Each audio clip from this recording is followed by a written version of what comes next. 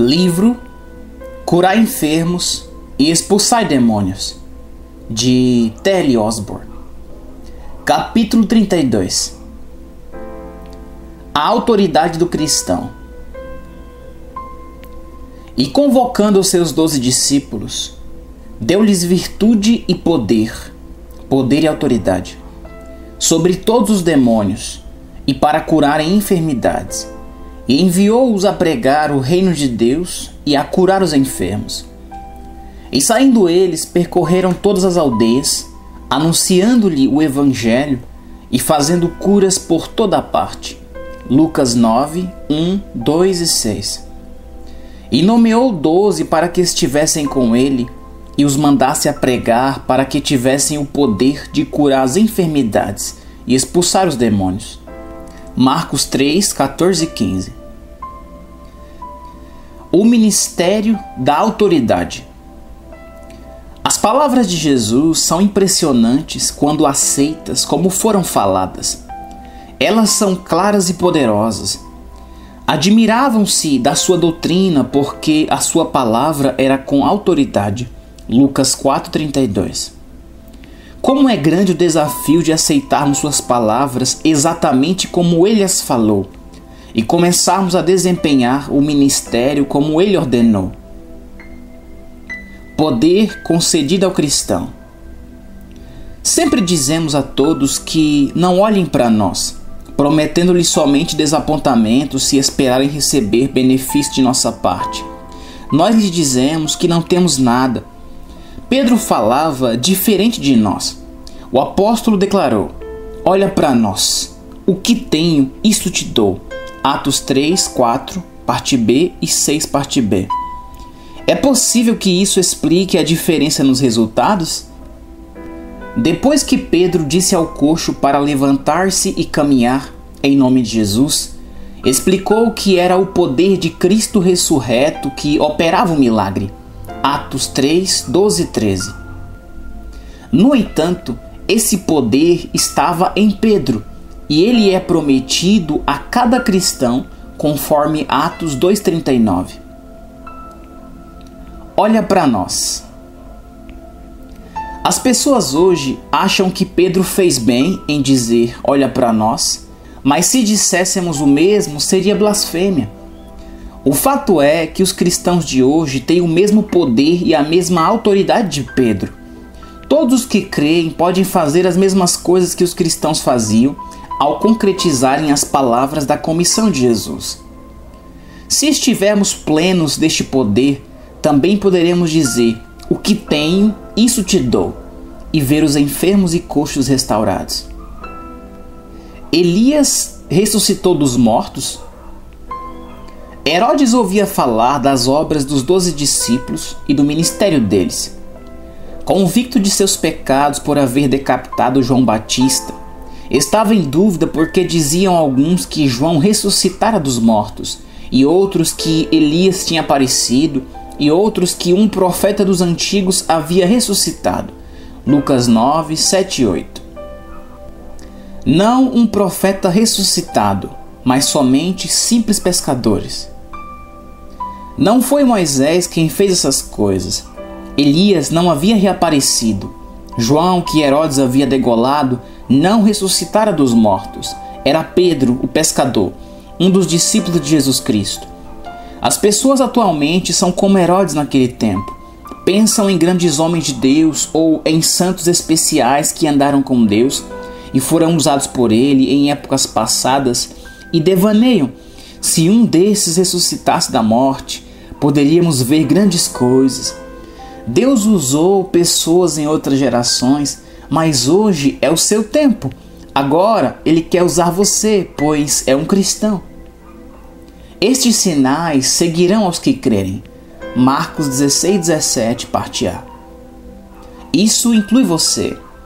Os milagres que perturbavam Herodes não eram realizados pelas mãos de um profeta ressuscitado. Eram obras de pescadores comuns e simples do tempo de Herodes, revestidos do mesmo poder que tiveram Elias, Moisés e Daniel.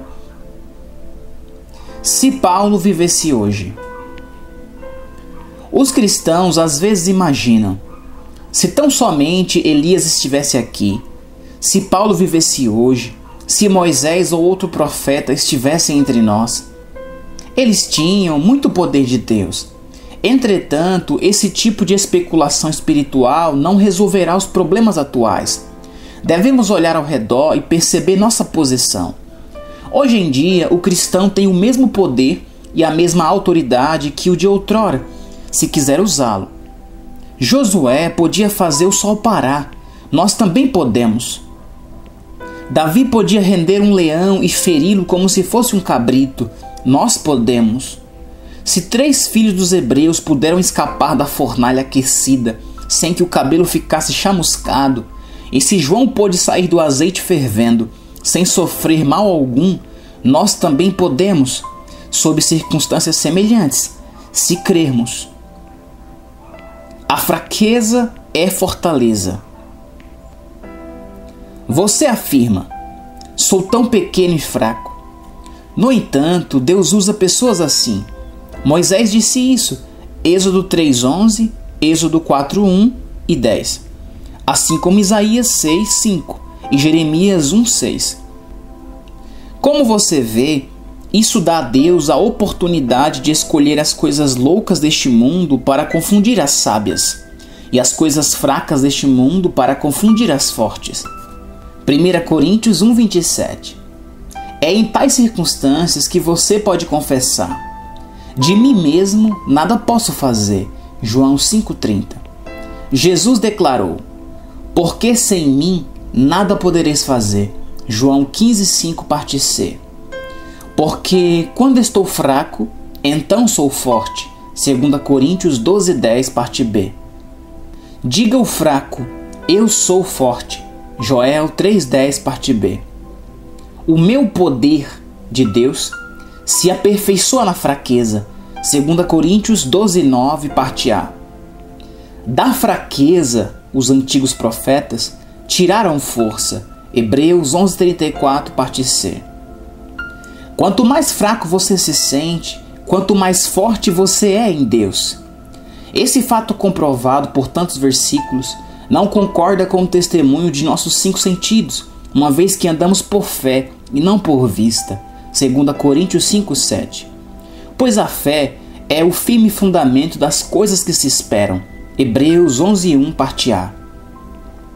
A fé trata de coisas invisíveis e não sentidas. Assim convém declarar-nos fortes nele, mesmo quando nos sentimos fracos em nós mesmos. O homem natural e a palavra de Deus.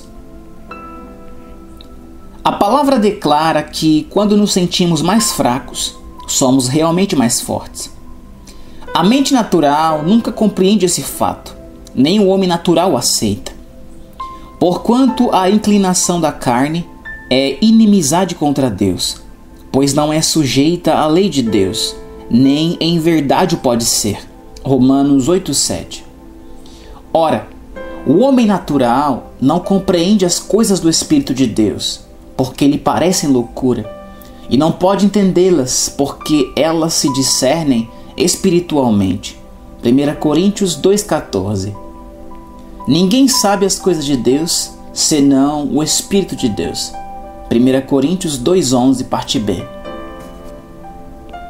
A fé não é sentimento.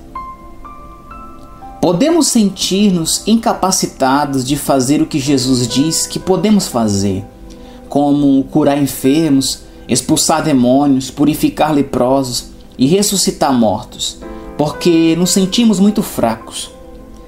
Ninguém que agir segundo o que sente ou julga parecer conhecerá a bênção do poder de Deus sendo aperfeiçoado na fraqueza humana, a fraqueza que sentimos. Quando nos sentimos fracos na carne e testificamos nossa fraqueza, glorificamos nosso adversário, que se deleita em abalar nossa força e fazer fracassar o plano de Deus de realizar milagres em nossa vida. Se ao contrário, ao nos sentirmos fracos, testificarmos segundo o que Deus tem dito e persistirmos em declarar: quando estou fraco, então sou forte, nosso testemunho da palavra derrotará o senso de fraqueza e assim nos fortaleceremos para fazer proezas. Glorificaremos a Deus, o único que pode transformar fraqueza em força, tornando o fracasso uma vitória. O segredo que trará outro grande avivamento. Se os cristãos forem convencidos de que podem fazer o que Deus autoriza, de que eles são o que Deus afirma ser, teremos outro grande dia de vitória triunfante, como aquele testemunhado pela primeira igreja cristã.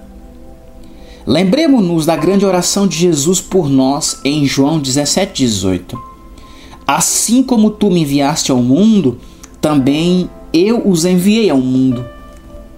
Agora, somos ordenados a representar Cristo nessa vida. João 15,16. Temos de fazer as obras de Jesus, manifestar sua fé, seu amor, falar as palavras do Pai que Ele, Cristo, nos deu. João 17, 14. Somos ordenados a representar Cristo neste mundo exatamente como Ele veio e representou o Pai. Jesus nos revelou qual era o sonho do Pai com relação ao Filho. Cristo foi o Filho modelo. Paulo diz: porque sois filhos, Deus enviou aos nossos corações o Espírito de seu Filho, Jesus. Assim que já não és mais servo,